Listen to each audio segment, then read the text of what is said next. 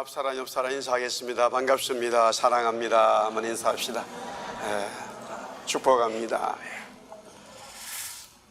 우리 한번 오늘 말씀 주제를 한번 따라하겠습니다. 결박한 내 천사를 놓아주라. 우리 한번 더 따라합시다. 결박한 내 천사를 놓아주라. 할렐루야. 9장은 전반부와 후반부로 나눠져 있는데, 전반부는 5째 천사가 나팔을 부는 것이고, 지금 후반부는 제 6번째 나팔을 천사가 불게 되는 것입니다. 5번째 나팔이 울림으로 일어난 현상들은 무저경의 사자를 왕으로 모시는 수많은 항충들이 무저경에서 나와서 하나님의 인치심을 받지 아니한 모든 자들을 5개월 동안이라고 그래요. 여기서 결국 숫자 또한 이제 의미가 있습니다만 어떻든 잠시적인 거죠. 전갈이 사람을 쏘아서 아픔을 주는 것처럼 아주 심히 괴롭힌다는 것이에요. 이런 괴롭힘이 너무나 심하기 때문에 당하는 자들은 항충들에게 차라리 나를 죽여라, 너무 힘들다, 그렇게 애걸복걸하지만 죽이지는 않고요, 더 심한 괴로움과 고통이 임하게 된다는 거예요. 지옥이나 별반 다름이 없지요. 영원한 불 속에 지옥이 타서 죽지는 않고 고통만 당하는 것과 같은 그런 일이 일어난다는 것이죠. 그런데 우리가 말씀을 보았습니다. 그것은 하나님의 인치심을 받지 아니하는 사람들에게 임하는 것이라.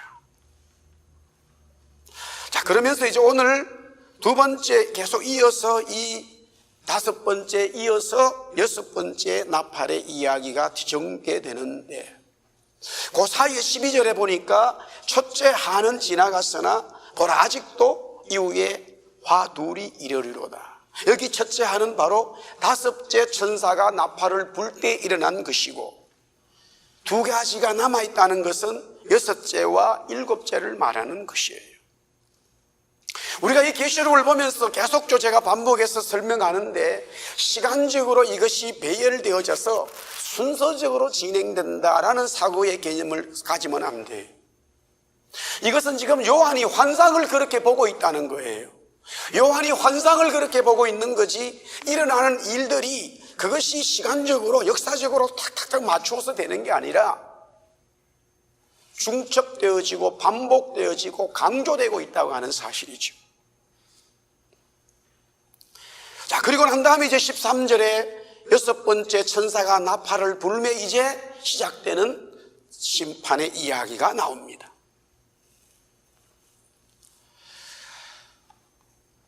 먼저 오늘 여기 본문에서 죽음에 대한 이야기입니다. 죽음에 대한 이야기. 오늘 여기 15절과 18절에 보니까 죽임을 당한다, 3분의 1이 죽임을 당한다라고 말하고 있습니다.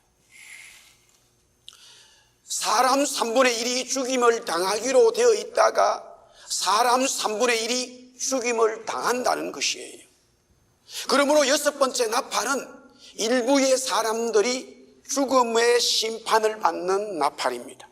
5번째 나팔이 울릴 때에는 심한 괴로움만 당했지만 죽지는 않았어요.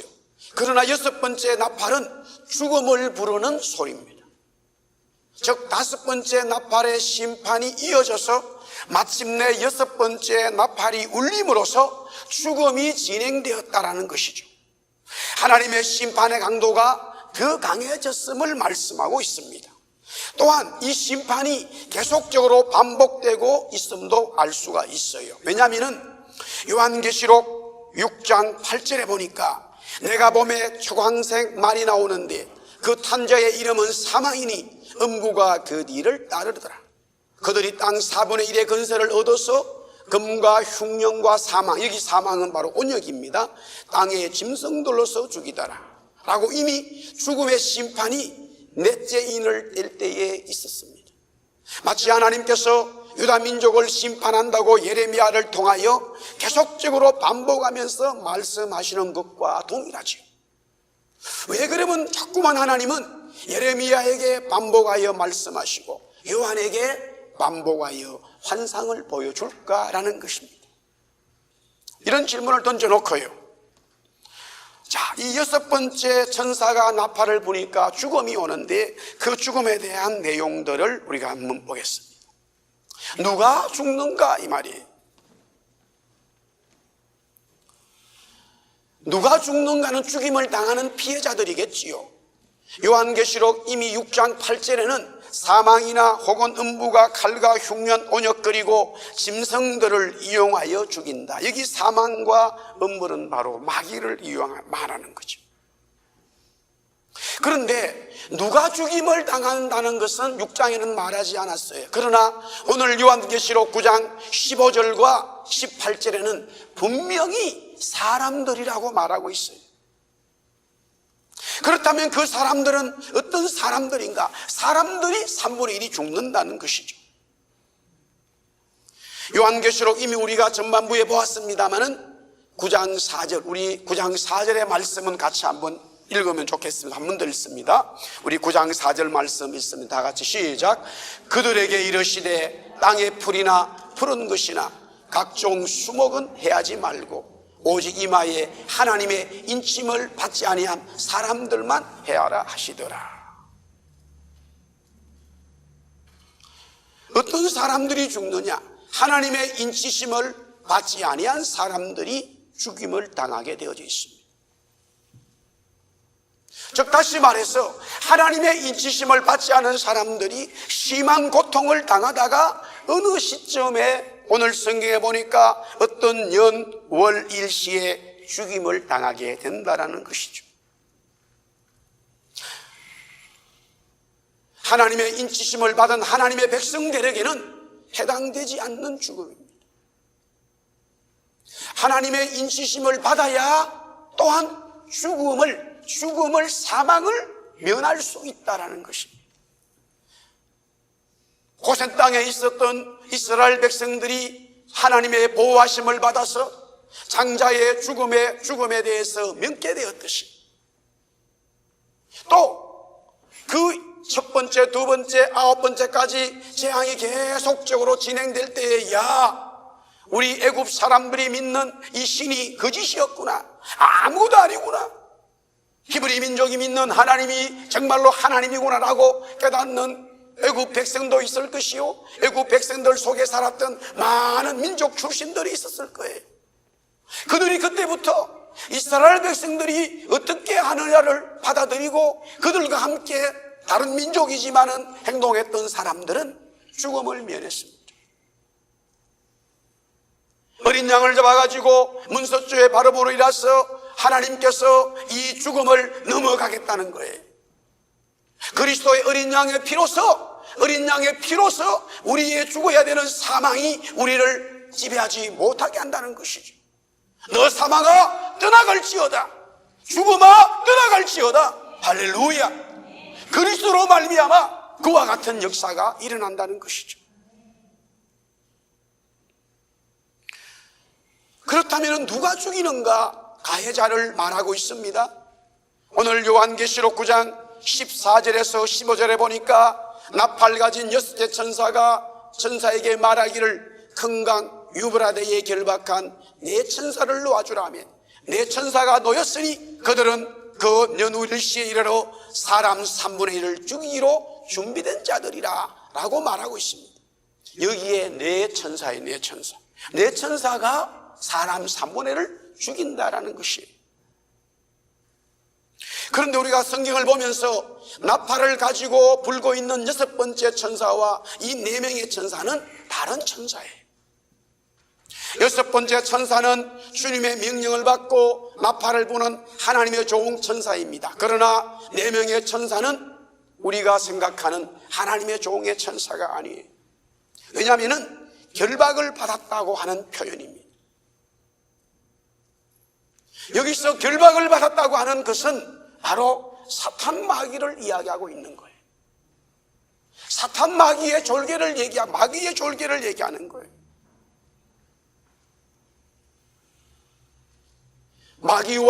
마귀의 졸개들이 움직여서 사람들을 죽이는 것이죠. 그런데 왜 천사가 예수님의 음성을 듣고 나팔을 불어서 이 유브라데강 있는 결박된 4명의 천사가 놓여져서 그와 같은 일을 하느냐? 죽임을 가해자는 마귀지만은 그 모든 역사적인 것을 주관하고 있는 분은 하나님인 것을 말씀하고 있어요. 할렐루야.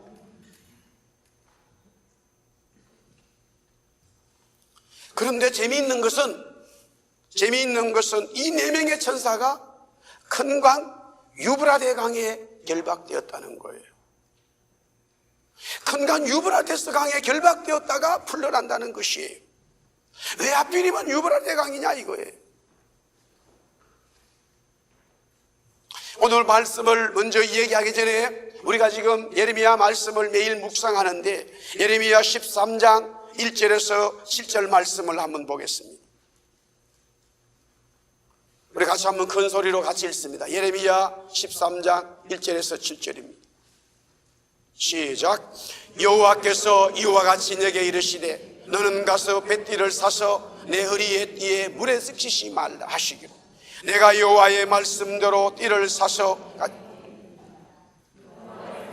다시 내게 임하여 이르시되 너는 사서 내 허리에 띈 띠를 가지고 일어나 유브라데로 가서 거기서 그것을 바위 틈에 감추라 하시기로 내가 여호와께서 내게 명령하신 대로 가서 그것을 유브라데 물가에 감추니라. 여러 날 후에 여호와께서 내게 이르시되 일어나 유브라데로 가서 내가 네게 명령하여 거기 감추게 한 띠를 가져오라 하시기로 내가 유브라데로 가서 그 감추었던 곳을 파고 띠를 가져오니 띠가 썩어서 쓸 수 없게 되었더라. 여기서 말하는 허리의 띠는 해석을 해주었어요. 이스라엘 백성, 유다 백성이었어요. 중동 사람들은 옷을 입을 때에 띠를 반드시 매서 모든 것에 중요한 이 띠가 요사의 허리띠지요. 그러니까 이 띠가 뭐냐면 의미가 이스라엘 민족, 히브리 민족이 아무것도 아니었는데 하나님이 그들을 선택하셔서 존귀한 자로 하나님의 복을 받는 자로 하나님의 장자권으로 주셨다는 거예요. 근데 지금 그 띠가 썩어버렸다 이거지요. 왜 그 띠가 썩어서 못 쓰게 됐다? 그것은 계속해서 성경을 보니까 유다 민족이 교만했다는 거예요. 유다 민족이 교만했다라고 말하는데 그 교만이 뭔가 보니까 오늘 계시록 말씀과 같은 내용인데 이 유다 민족이 하나님을 섬기지 아니하고 우상을 섬긴 거예요. 사랑하는 성도 여러분, 우상을 섬기는 게 교만이에요. 성경은 교만이 뭐냐고 가르칠 때에 하나님을 전적으로 섬기지 아니하고 우상을 섬기는 것, 하나님보다 더 사랑하는 것을 교만이라고 말하고 있는 거예요. 그런데 여기까지는 해석이 됐는데 문제는 이거예요. 왜 하필이면 하나님께서 그 허리띠를 사게 해가지고 그것을 갖다가 그 유브라데강까지 가게 했느냐? 예루살렘에서 유브라데강까지 그 강이 수천 킬로가 되는데 제일 가까운 곳으로 간다 하더라도 적어도 600km 이상 걸어가야 돼요. 그러면 가서 600km 가가지고 띠를 숨겨놓고 다시 오니까 또 600km 오는 거예요. 그리고 시간이 많이 지났어요. 그리고 가서 또 띠를 찾으러 가니까 썩었단 말이에요. 또 600km 갔다가 또 오니까 2400km 거의 3000km 가까이를 걸어서 갔다 왔다 해야 되는 거예요. 그래서 학자들도 이것은 환상이었다라고 말하는 이상한 이야기를 하는 거예요. 아니, 허리띠를 썩기만 만들어서 그 의미를 준다 그러면 예레미야가 사는 집 뒷마당에 땅에다 숨겨놔도 되는 거예요. 아니, 예루살렘 어디에다 숨겨도 되는 거예요. 시간이 지나면 그 띠는 썩게 돼 있어요. 근데 굳이 하나님께서는 예레미야에게 600km를 걸어서 거기까지 가서 하라 이거예요. 강가에 어디 바위에다가 땅속에다 숨겨놓으라는 거예요.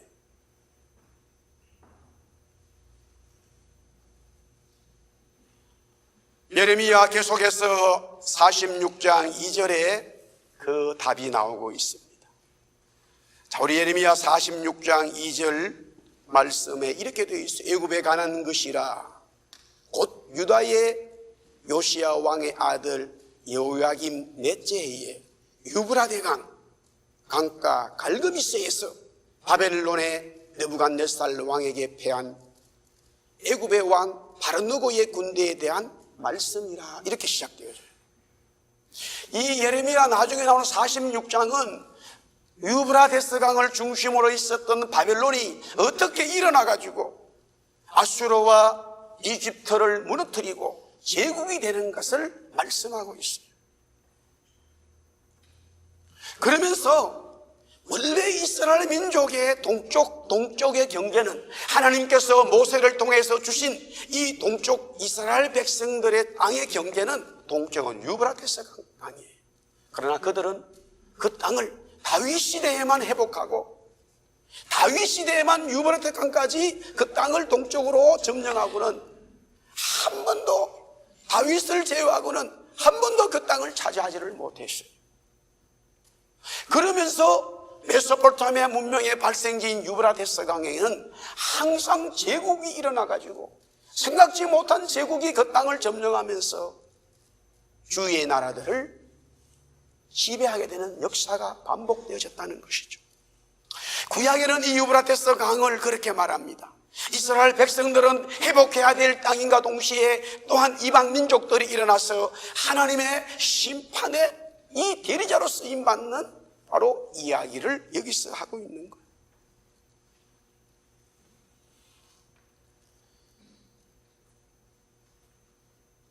이때 시대에도 요한이 환상을 보고 밤모섬에서 하나님 말씀을 받을 때에도 당연히 로마는 그 유브라데스 강에 큰 기마병을 어마어마한 기마병을 후돈을 시켰다고 해요. 결국 이 유브라데스 강의 의미는 뭐냐면은 예레미야에게 600km를 왕복을 2번이나 하게 하면서 하는 것은 그 땅에 있는 바벨론 민족이 결국에는 일어나서 유다를 점령할 것이라고 하는 복선적인 하나님의 심판의 메시지가 있는 거예요.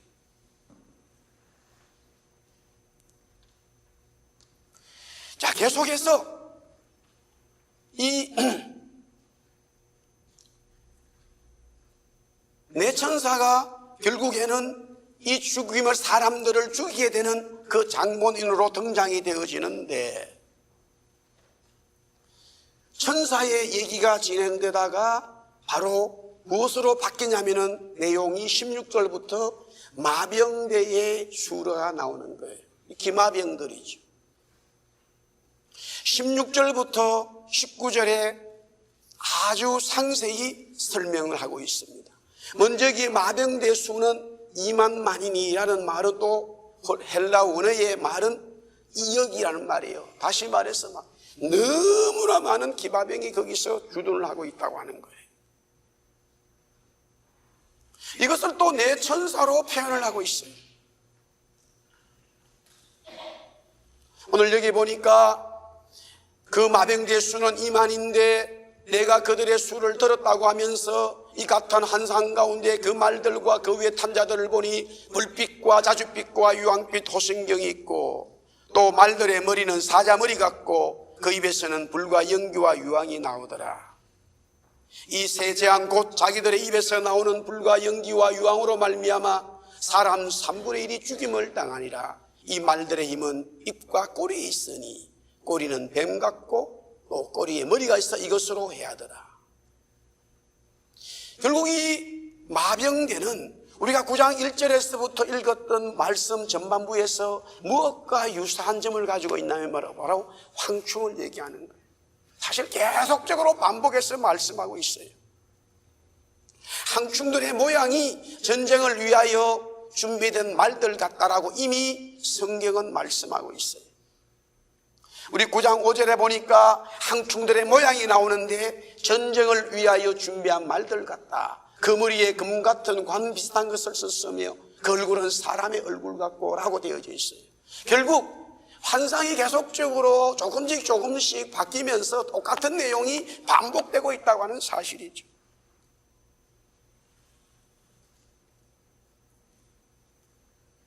황충들은 무저경의 사자를 왕으로 섬긴다고 했어요. 그런데 오늘 여기 보니까 마병대의 말들의 힘은 입과 꼬리에 있다고 하는데 꼬리를 가만히 보니까 오늘 중요한 단서가 나와요. 꼬리에 뭐 같다고요? 꼬리가요? 뱀 같다. 계속적으로 조금씩 그림들을 보여주고 나중에 이제 이 뱀은 옛뱀 용이라 마이라 그렇게 성경은 단언하고 있어요. 그러니까 지금 이 내용이 뭐냐면은 로마든 바벨론 귀마병이든 간에 눈에 보이는 것은 이 군사력에 의해서 이스라엘 백 유다가 짓밟히고 또 요한이 있는 그 시대에는 하나님의 백성이나 모든 사람들이 죽거나 환난을 당할 수 있지만 그 위에 계시는 하나님께서 모든 역사를 주관하고 있다고 하는 것을 말씀하고 있는 것이에요. 그런데 그렇게 보이지 않는 영적 세계의 마귀가 하나님의 허락을 받아서 마귀가 이 세상을 주관하고 있다라는 것을 또한 말씀하고 있는 것이죠.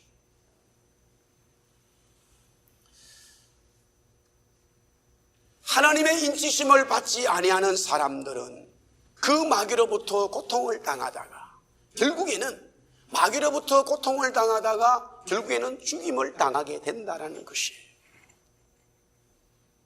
성경이 말하는 고통, 여러분도 우리가 인식을 잘해야 됩니다.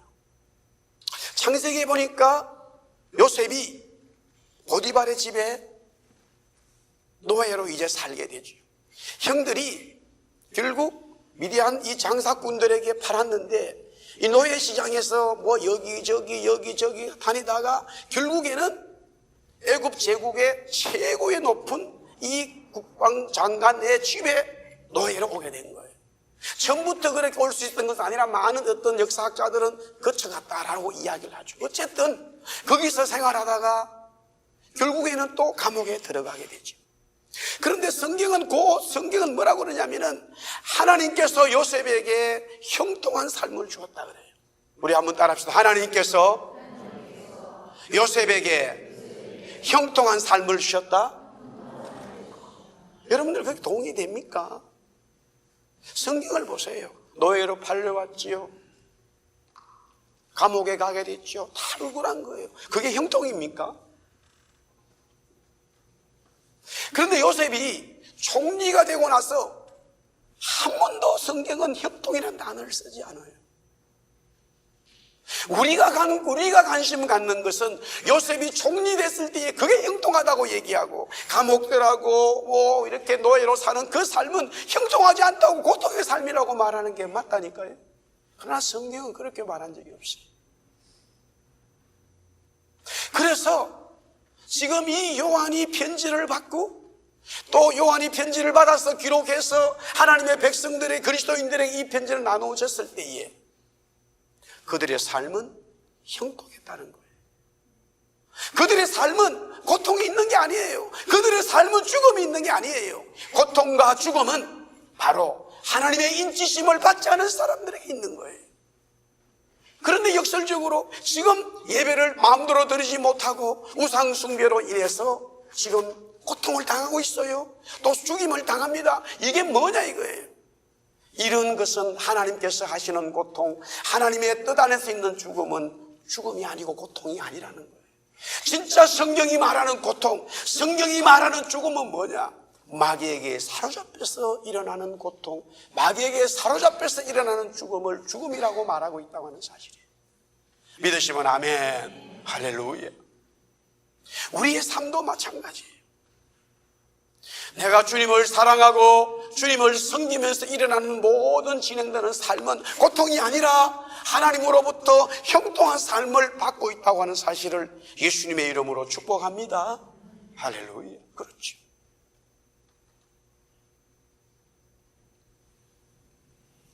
자, 그러면서 오늘 본문 20절, 21절입니다. 보니까 이 재앙에 죽지 않고 남은 사람들은 손으로 행한 일을 회개하지 아니하고 오히려 여러 귀신과 또는 보거나 듣거나 다니거나 하지 못하는 금은동과 목석의 우상에 제질하고 또 그 살인과 복술과 음행과 도둑질을 회개하지 아니하더라. 여기에 두 번이나 회개하지 아니한다는 말이 반복되어져. 하나님의 심판인 재앙으로 인해서 3분의 1이 죽임을 당한 것을 보고 살아남았던 사람들은 자신들의 죄를 돌아보고 회개해서 야, 이런 죄악에서 벗어나야 되겠다, 이 죄악에서 벗어나서 살 수 있는 길이 있구나 라고 깨달아야 되는데, 돌아서야 되는데 더 심한 죄악으로 빠진다는 거예요. 이스라엘이 이스라엘과 유다로 갈라졌어요. 세월이 많이 흘렀습니다. 이스라엘은 아예 하나님을 섬기는 왕이 한 명도 없어요. 결국에는 이스라엘이 먼저, 북쪽 이스라엘이 아수르로 가는 제국에게 망하고 맙니다. 남쪽 유다가 북쪽이 망한 것을 보면 우리는 이렇게 살면 안 돼야지, 그렇게 하면 안 되지, 이런 영적인 은혜가 와야 되는데, 돌아섬이 있어야 되는데, 아수르가 이 북쪽 이스라엘을 망하게 하니까 그 아수르에게 조공을 바치겠다는 거예요. 아수르와 딜을 하는 거예요. 그러면서 유다가 가만히 보니까 아수르 하나만 붙들어 가지고는 안 되겠다 이거예요. 다른 또 힘이 또 필요하다. 그래서 이집트에게 손을 내밀어요. 양쪽에 힘에 줄달리기 외교 정책이었죠. 그때 하나님은 예레미야에게 말씀합니다. 예레미야야, 유다 백성들에게 전하라. 너희들이 잡고 있던 이 아수르와 이집트를 내가 다 멸망하니라. 아무것도 아니었던 바벨론의 갈대아 사람들이 일어나서 그들을 다 멸할 것인데 너희 유다도 함께 멸할 것이다. 너희들이 나를 잡아야지, 너희들이 나를 붙들어야지. 이렇게 주님은, 하나님은 예레미야에게 말씀하고 있다고 하는 거예요.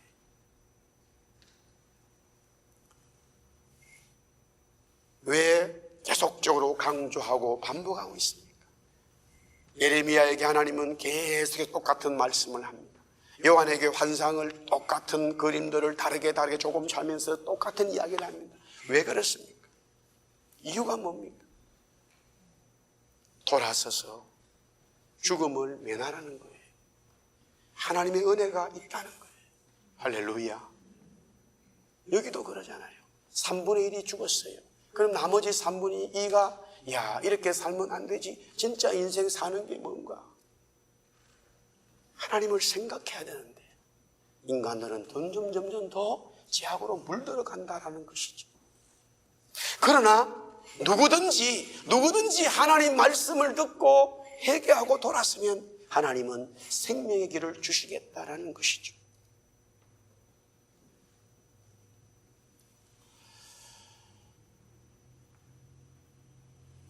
자, 이제 두 번째 큰 이야기입니다. 금제단 넷불입니다.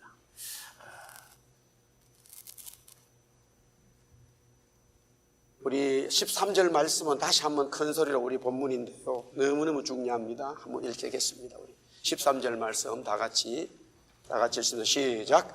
여섯째 천사가 나팔을 불매 내가 들으니 하나님 앞 금제단 넷불에서 한 음성이 났어. 금제단은 성막이나 성전의 지성소 앞에 있는 향단을 말하고 있습니다. 성전은 크게 세 가지로 되어져 있어요. 하나는 뜰이 있고 성소가 있고 지성소가 있습니다. 이 향단은, 금향단은 성소에서에 있는 것인데, 지성소로 바로 들어가기 전 지성소에는 하나님의 법궤가 있지요. 하나님의 법궤 안에 들어갈 수 있는 것은 대제사장만 들어가고, 여기는 이제 제사장들만 들어가게 되는데, 이 제사장들이 들어가서 예배하는 이 지성소 바로 앞에 향단이 있어요. 여기서 향단이 이렇게 네모 반듯한 향단이 이 모서리를 갖다가 뿔이라고 말한 거예요. 왜 그렇게 말했느냐?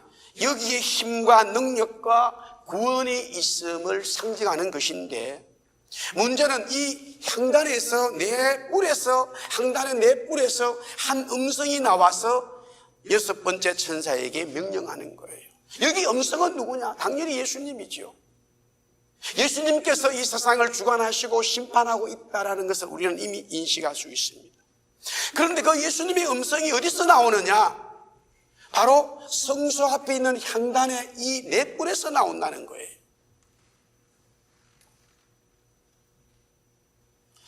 지금 요한계시록의 말씀들은 계속적으로 반복해서요, 이미 나왔던 게 또 나오는 거예요. 이 항단의 이야기가 먼저 어디에 나옵니까? 8장에 나오고 있어요. 8장 1절에서 5절에 보니까 일곱 죄인을 떼실 때에 하늘이 반시간쯤 고해야 되리라고 시작되어지면서요, 금향료, 제단 곁에 금향료가 있는데 많은 향을 받았으니 이는 모든 성도의 기도라라고 되어 있어요. 그리고 그 기도를 받아가지고 천사들이 다시 땅에다 쏟으니까 우레와 음성과 번개와 지진이 나더라라고 되어 있어요. 자, 하나님 앞 금제단의 넷불에서 주님의 음성이 난 것은 주님께서 이 세상을 심판하시고 주관하시는 것은 당연한데 그것의 동기가 어디서 출발되었느냐? 우리 한번 따라합시다. 성도들의 기도다. 성도들의 기도에 의해서 주님이 응답하셨다는 거예요. 그래서 이 땅에다가 다시 쏟아내는 거예요. 죽임을 당한 순교자들의 피해 호소가 있습니다. 또 나아가 현재 여전히 어려움과 박해가 있음에도 불구하고 신앙을 지키는 성도들의 기도가 있기에 그 기도의 응답으로 주님의 음성이 있어 주님의 심판이 진행되었다는 것을 말합니다. 그러면 그것이 언제 이루어지느냐? 오늘 보니까 9장 15절에 보니까 년, 월, 일, 시를 언급했는데 막연한 시간이에요. 언제인지를 몰라요. 우리가 하나님 앞에 기도했을 때에 하나님께서 그 기도를 받으시고 우리에게 다시 응답하는 것은 우리의 소관에 있는 게 아니라 하나님께 달려 있어요. 할렐루야. 사도행전 9장에 보니까 10장에 보니까 고넬로가 10장이죠. 고넬로가 하나님 앞에 이방 사람인데 이탈리아 군대 백부장이에요. 어떻게 그가 하나님을 알게 되었는지는 모르지만 하나님을 알게 되어졌고 구제와 기도를 하게 되었는데 어느 날 천사가 이 고넬로가 기도하는 시간에 나타나서 이렇게 말합니다. 고넬로야, 너의 기도가 하나님 앞에 주님 앞에 상달되어졌다라는 거예요. 우리 한번 따라합시다. 내 기도가 하나님 앞에 상달되었다. 여기서 상달되었다는 말은 내가 응답받았다는 말이 아니에요. 무슨 말입니까? 내 기도가 하나님 앞에, 하나님 보좌 앞에 올라가 있다 이 말이에요. 저와 여러분의 기도가 하나님의 보좌 앞에 올라가 있다 믿으시기 바랍니다. 이것이 다시 내게로 돌아오는 것은 내 주관이 아니라 기도는 우리가 할 수 있어요. 그러나 응답은 하나님께서 상달된 것을 보고 이것을 언제 응답 주실지 하나님이 결정하시는 거예요. 그래서 고넬로에게 말합니다. 너의 구제와 너의 기도가 하나님 앞에 상달되어졌다. 하나님 보좌 위에 올라가 있다 이거예요. 그래서 네가 기도했던 거 이제 내가 응답하마 이 말이에요. 너가 그 했던 모든 구제와 모든 기도가 하나님 앞에 상달되어졌는데 내가 이제 응답을 주마. 그렇게 고넬로가 그렇게 말해요. 예, 말씀하시옵소서. 무슨 응답입니까? 그러니까 네 종을 보내서 어느 집에 가면은 되도록 시몬이 있을 것이다. 그도 기도하고 있을 것인데 하나님의 종이다. 그를 모시고 너희 집에 와라. 그게 내가 주는 응답이다. 그렇게 말해요.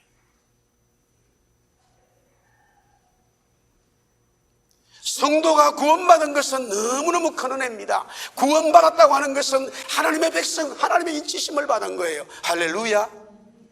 그러면서 우리가 살아가면서 그 큰 은혜의 계속적인 역사가 뭐냐? 기도라고 하는 것이죠. 기도를 통해서 하나님 앞에 우리의 기도가 상달되어지고 상달되어진 것이 하나님의 결제에 의해서 하나님의 시간에 의해서 다시 기도한 자와 모든 사람들에게 응답되고 역사가 일어난다는 것이죠. 사랑하는 성도 여러분, 고난을 당하고 있는 요한과 그때 시대의 사람들이 이 말씀을 보면서 얼마나 감격했겠어요. 얼마나 감격했겠어요. 그래서 우리 민족도 가장 일제강점기 때에 1907년도에 부흥이 있었습니다만 1903년도에 원산에 부흥이 있었고 그것이 성령의 불이 퍼져서 1907년도에 평양 대부흥이 일어났습니다만 그 이후에 가장 우리 민족이 사랑했던 성경이 뭐냐? 계시록 말씀. 우리 대한민국 조선의 교회가 하나님의 성도들이 가장 사랑하고 아꼈던 말씀이 계시록 말씀이었어요. 그런데 물질의 풍요함과 너무나 복을 받은 이후에 성경 자체도 싫어하지만 가장 멀리 했던 성경이 뭐냐? 계시록이에요. 왜? 고난을 싫어하는 거예요.